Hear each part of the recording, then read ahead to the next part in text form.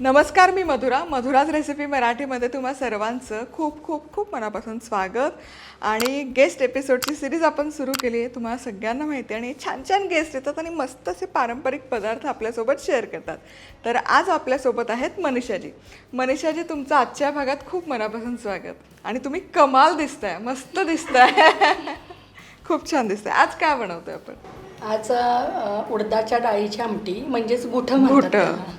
आणि घुट्याला एक छान म्हण पण आहे ना, खाल्लं घुटं बोलू नका घुटं. येस. सुरू करूयात. हो. सगळ्यात आधी डाळ आपण भिजत घालूयात, उडदाची डाळ. आणि त्याच्यात चवीसाठी थोडीशी आणि ही उडदाची डाळ आहे, पण ही म्हणजे सालासकटची डाळ घेतलेली आहे. हो. साल काढलेली डाळ नाही आहे. आणि त्यात थोडीशी हरभऱ्याची डाळ, म्हणजे ते चिकट पण होत नाही घुटं आणि चव छान लागते.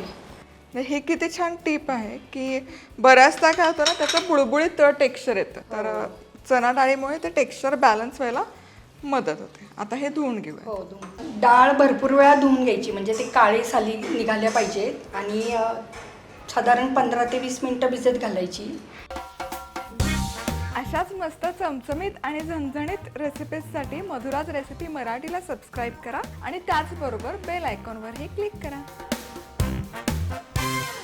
अच्छा, म्हणजे तुम्ही बघू शकाल हे पाणी आहे ना, वरचं असं छान क्लिअर होईपर्यंत धुतलेली आहे.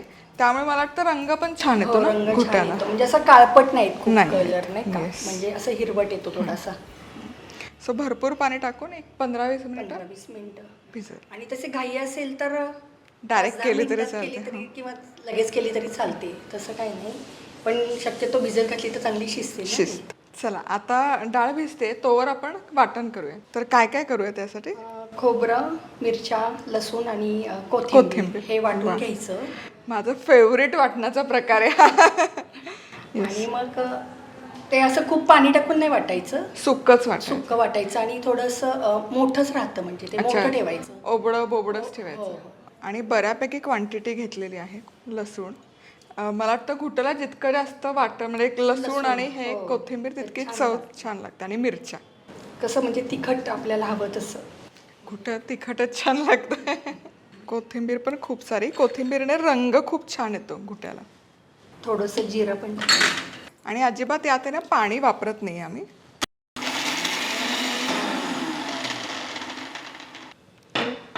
तयार आहे ना? हो, तयार झालं.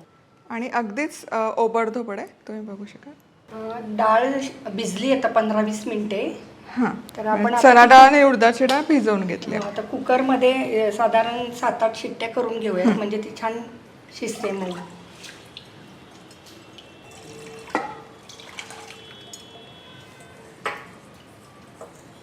7-8 शिट्ट्या लागतात. हो, कारण का थोडी चणा डाळ आहे ना, ते शिजायला वेळ लागतो. सो एक 7-8 शिट्ट्या आम्ही याला काढून घेतो. गुठ्याला 7-8 शिट्ट्या करून घेतल्या. आता आपण त्याला थोडंसं घोटून घेऊया. छान शिजली आहे डाळ. खरं याला घुटं का म्हणत असतील? कदाचित हे असं आपण घोटवून घेतो त्यामुळे हे नाव पडलं असं. छान शिजली आहे डाळ, पण एकसंध झाली आणि चिकट नाही झाली. जो उडदाच्या डाळीचा त्रास असतो, बुळबुळीत होते, तशी नाही झालेली. छान परफेक्ट झाली. आता पुढे काय करूयात? आता फोडणी करूयात आपण. तेल भरपूर घातलंय, थोडंसं जास्त आहे, घुटं आहे त्यामुळे. मोहरी टाकली, मोहरी छान तडतडली. जिरं, हिंग, कढीपत्ता. हा आहे ना ठेचलेला लसूण आहे. थोडंसं असं लाल झालं पाहिजे ना लसूण. लसूण आता सोनेरी रंगावर झालाय. तर आता मी वाटण टाकतीये. वा, हे वाटण इतकं कमाल, त्याचा सुवास तरवळतोय. हेही परतून घ्यायचं. हो, आणि तर थोडीशी हळद टाकायची. अच्छा, एवढी? बस. अगदी बेसिक साहित्य लागतं घुटाला, पण इतकी कमाल चव येते त्याची. आणि हे जे वाटण आहे ना, हे अगदी एव्हरग्रीन आहे. लसूण, कोथिंबीर, जिरं आणि खोबरं, मिरची. थोडंसं गरम पाणी, थोडंसं. सो गरम पाणी या फोडणीमध्ये घालतं. असं थोडं तेल सुटेपर्यंत परतायचं.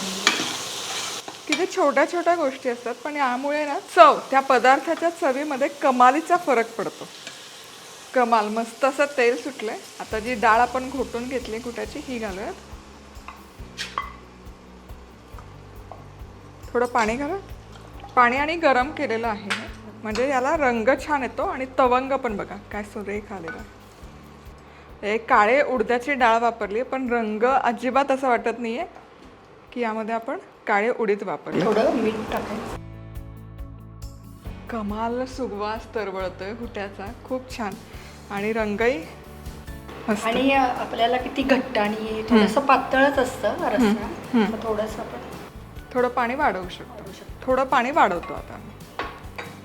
चला, उडदाचं घुटं इथे 7-8 मिनिटं छान शिजवून घेतलंय फोडणीत. तुम्ही बघू शकाल रंग आणि तवंग भन्नाट आलेला आहे, जबरदस्त दिसतंय. हे खायचं कसं? हे बाजरीची भाकरी किंवा ज्वारीची भाकरी आणि अजून सैल करायचं आणि ती भाकरी चुरून त्याच्यात हे घुटं, सोबतीला कांदा, भन्नाट लागतं. नाहीतर मग मऊ भातासोबत, नाहीतर मग आणखी थोडं पातळसर करून सूपसारखं पण पिऊ शकतो. आणि भात पण छान लागतो, गोठा भात छान लागतो. कमाल दिसते. आणि माझं आजचं जेवण सॉर्टेड आहे. मस्त घुटं. खा ना घुटं. येस, आज तेच खाणार आहे, तेच माझं जेवण भाकरी पण देऊ का आहे. करून? ज्वारीची बाजरीची. Yes yes. Thank you so much Manishaji. तुम्ही वेळात वेळ काढून आलात आणि इतकी छान तयारी करून हे छान घुटं आमच्यासोबत शेअर केलं. खूप मनापासून धन्यवाद. तर पुन्हा भेटूयात अशाच छान रेसिपीसोबत. तोवर मस्त राहा, तोपर्यंत मस्त राहा, खुश राहा, आनंदी राहा आणि सगळ्यात महत्त्वाचं खात पीत राहा आणि अशा छान छान रेसिपी बनवत राहा.